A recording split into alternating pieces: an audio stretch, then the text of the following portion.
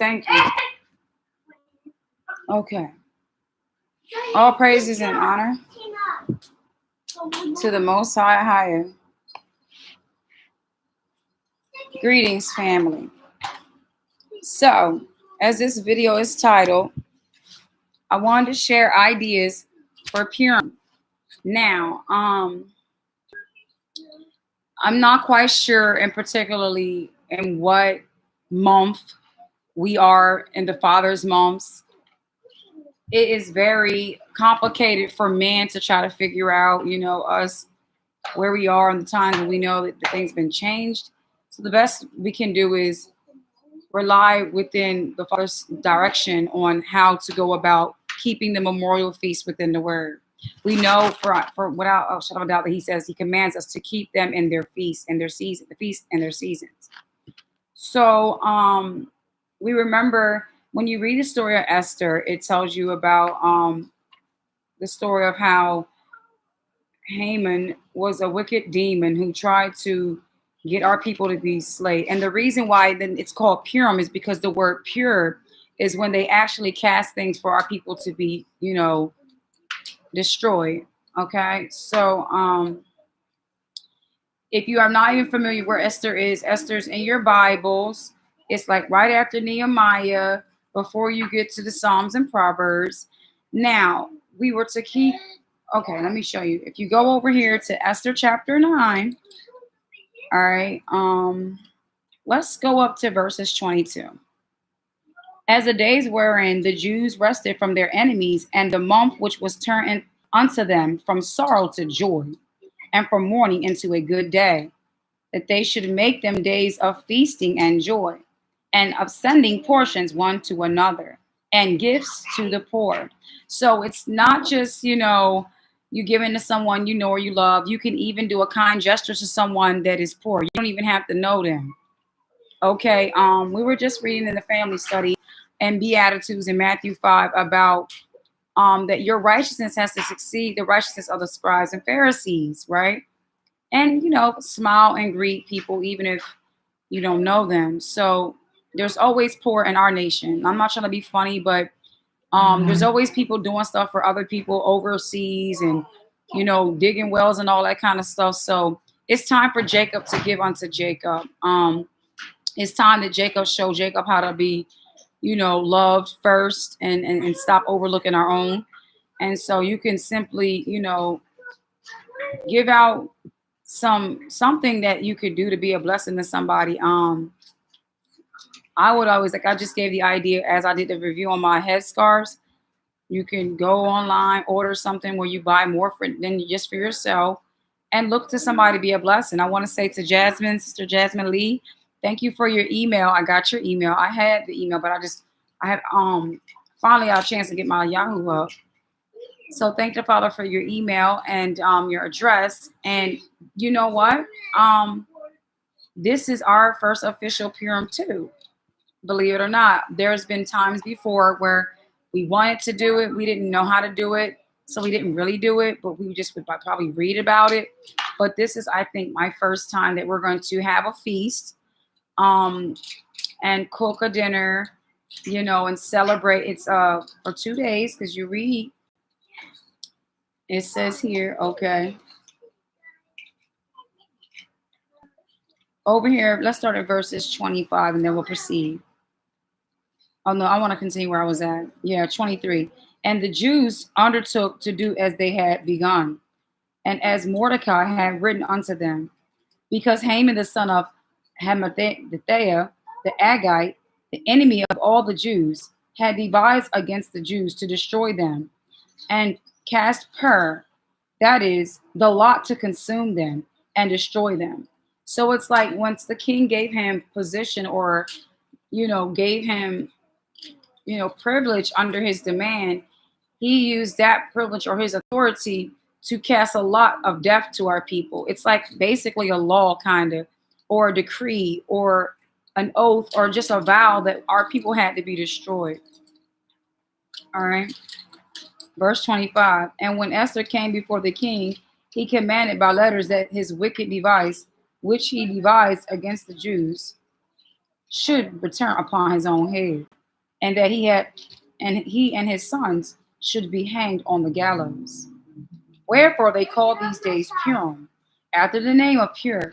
Therefore, for all the words of this letter, and of all that which they had seen concerning them this matter, and which had come unto them, the Jews ordained and took upon them, and upon their seed, and upon all such as joined themselves unto them, so as it should not fail, that they would keep these 2 days according to their writing.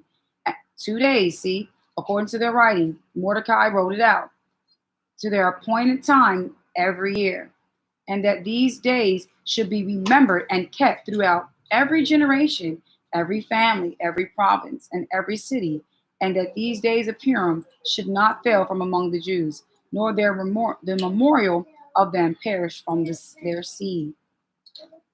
Then Esther the queen, the daughter of Abihail, and Mordecai the Jew wrote with all authority to confirm this second. Now Mordecai took her in as a his own.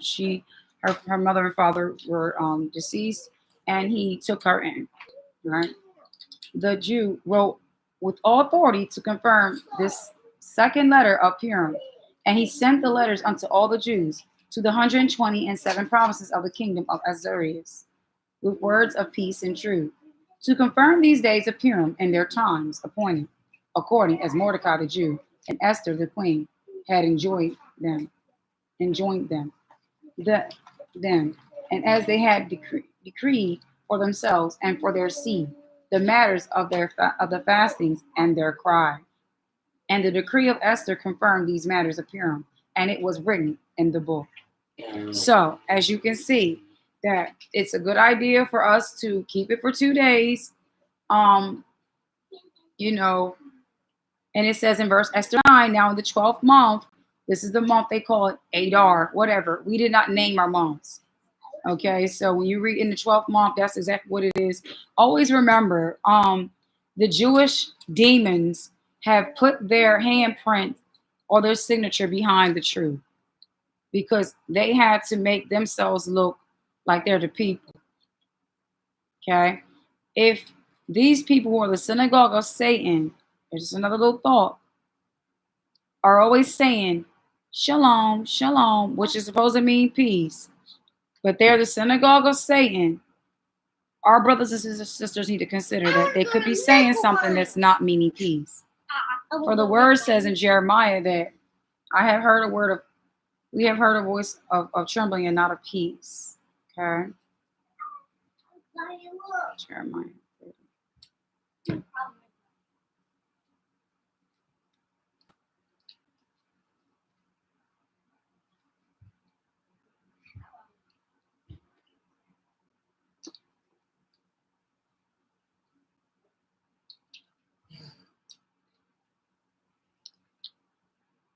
Jeremiah 30, the king word of High saying,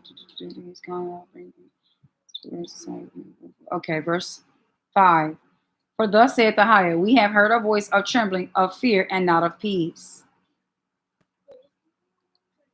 So, like I said before, now, what I want y'all to understand is that in these last days, while their fear and trembling is coming according to the day approaching of the vengeance, they're going to be using their fear and trembling as a mask of peace. So whatever they promote for their people to be peace is actually destruction for us. But it's really going to be destruction for them. That's why he says, where is it? Fear not. Therefore, verse 10, therefore fear thou not, O my servant Jacob, saith the higher, neither be dismayed, O house of... It just gets me when you see Jacob and then you see the other name right after it. Like, I'm sorry, it just really gets me.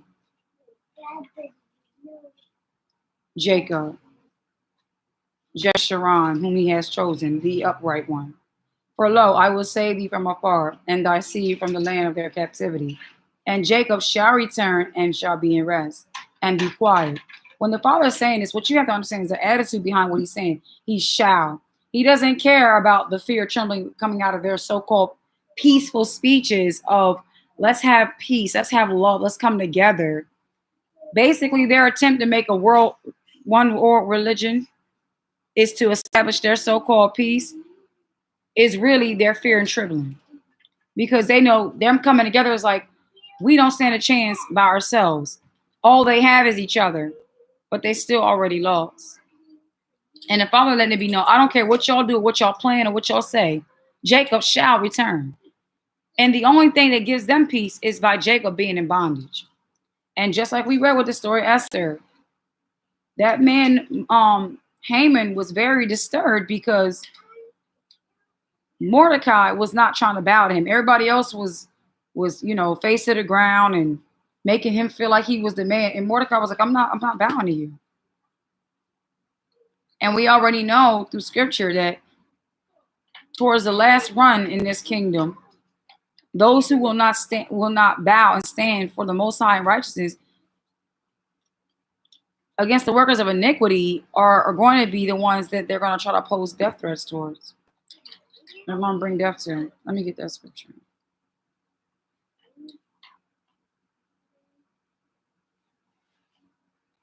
Come on.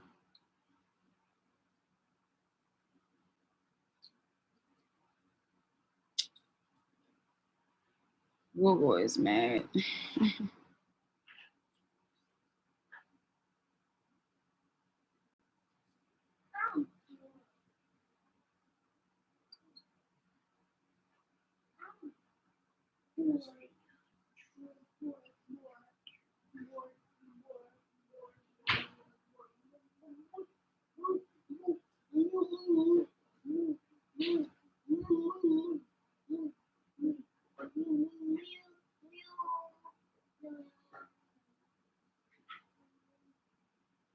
Psalm 94:16. Psalm 94:16.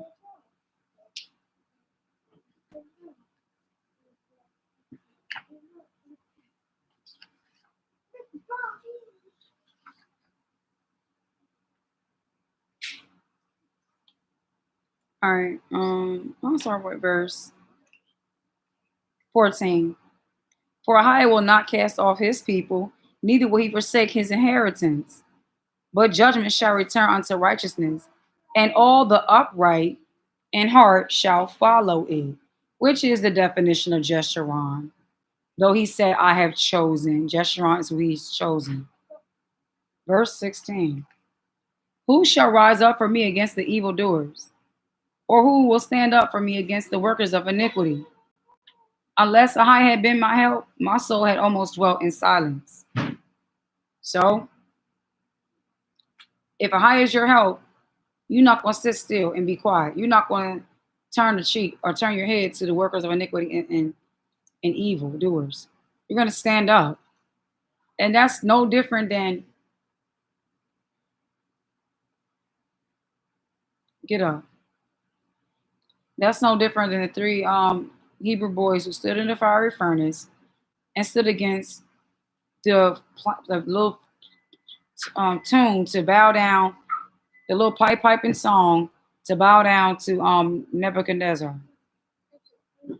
It's no different. It's like basically taking a knee in to the national anthem. And you see how when people ain't even got to be a religious reason, it's just standing up for the injustice against our people. When you stand up against that, all kinds of backlash. Don't worry, he's gonna get dealt with. Ahai sees it all. He calls evil. Count it all joy. Remember, we just read Matthew 5.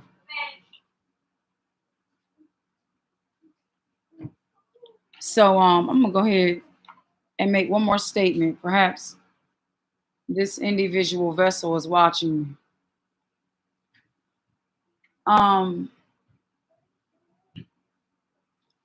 The people on this planet that think they can hide their hatred towards the children of Jacob.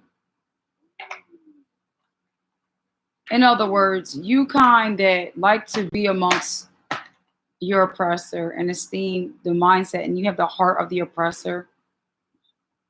I will not be selected to destroy you. You cannot kid no one. You cannot hide the evil in your heart and the ugly towards the brethren and sister. You can't. I have a strong distaste for people who pretend to be one way and behind the scene you're another way. I have a strong distaste for people that really think that how you are on these channels or on chats is the Father gives you the stamp of approval. Like that's where you get the kingdom at. Like that's YouTube is not where you get the kingdom. So it's really best that people really should like not people. It's really best that Jacob, if you really in your heart know deep down inside you hate our people and you still sit amongst us for some whatever strange reason,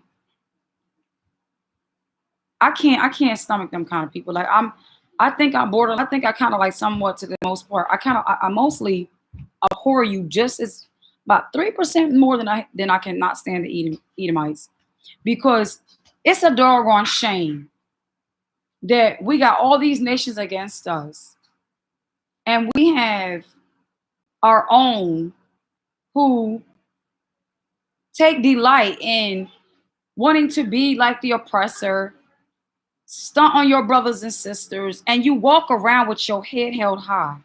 You sleep good at night because you think you live in a certain area, or you got a certain job, and you'll think those who speak out against it, oh, it's because they're poor. No, let me let you know something right now.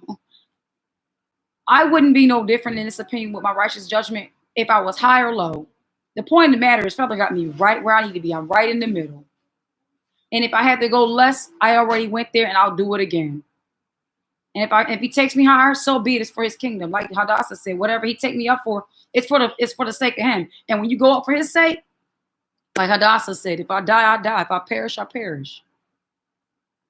But don't let YouTube get y'all. Let me tell y'all something, family.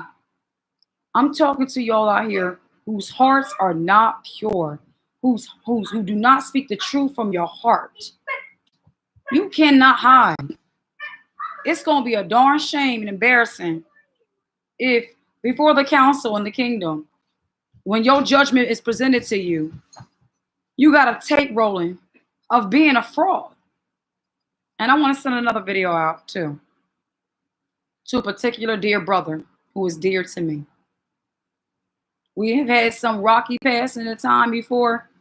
I don't know where you are right now or what's going on with you. But Brother Pence David, I want to say to you, brother,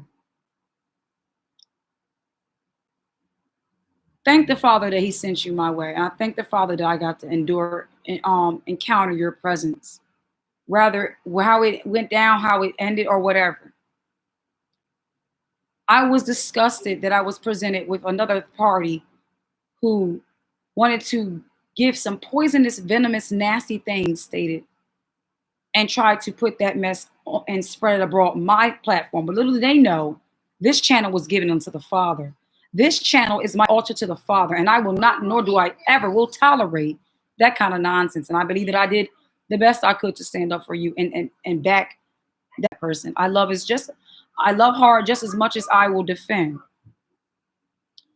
And you had a video that stated letting go of my religion, and I watched it, brother, and my heart really was like, wow. You kept it real, and you also said some things that a father has been waiting for you to say, and that is not being moved by flattery. And that is one thing that I feel is very precious and very important. When you know you got, give her that little toy, please. When you know you have things that the Father has given you, when you are anointed, when you